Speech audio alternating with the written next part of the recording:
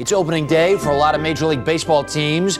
Fans will find more than peanuts and Cracker Jacks at the concession stand. Here with the best of the worst foods at the ballpark, senior editor Matt Bean of Men's Health magazine.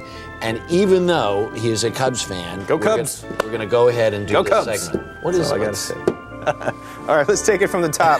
We had this guy airlifted in. It's kind of like the ultimate don't when it comes to the ballpark. This is the worst thing. Philadelphia opened their season last night. They raised their World Series championship flag. When was the last time they did that at Wrigley?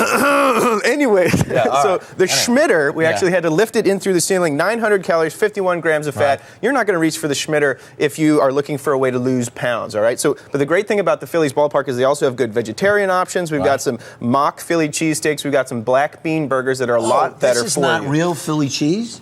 This funky, nasty... I don't know what that is on top there, but beans? We got some beans going on there. No kidding. So that's a healthy option. You can also get sushi at Yankee Stadium, and obviously in Seattle, they got the Ichi roll, which is 24 grams of protein for fewer than 300 calories. So you would think if you're going to the Mariners, you might think about buying sushi.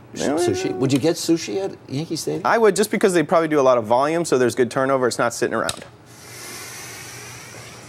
Buyer beware. Imagine being in the third inning and you're like, well, that's what the Schmitter's going to do to you. Oh, there you go.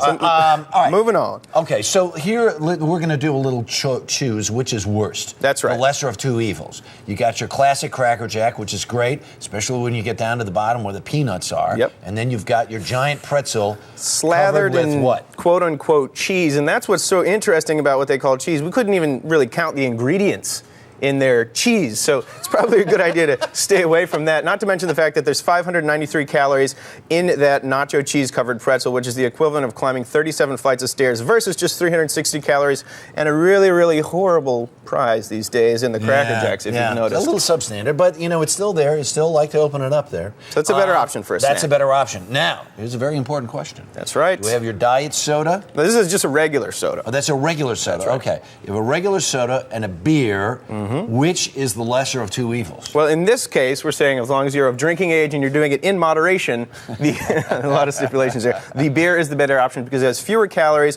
and way fewer carbs. You have the equivalent of 12 packets of sugar in a regular soda. So if you can't go for the diet soda or water... See this?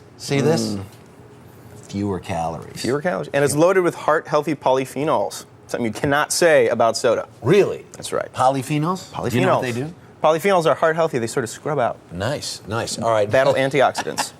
This one I think I know the answer to, but if the lesser of two evils, if we're choosing between a hot dog and nachos... Yeah, I mean, the glistening cheese on those nachos should be your first key that they're probably not the best thing for you, but you may be surprised to find out just how healthy the hot dogs are, relatively speaking, because the cheese nachos are 692 calories, whereas the hot dogs they clock in at fewer than 300 calories. So this is the equivalent of 8 miles of walking, this 80 city blocks in New York City, just to work off those nachos. Wow, you would have to go to Citi Field, go from Yankee Stadium to Citi Field, back to Manhattan and again. All the way back.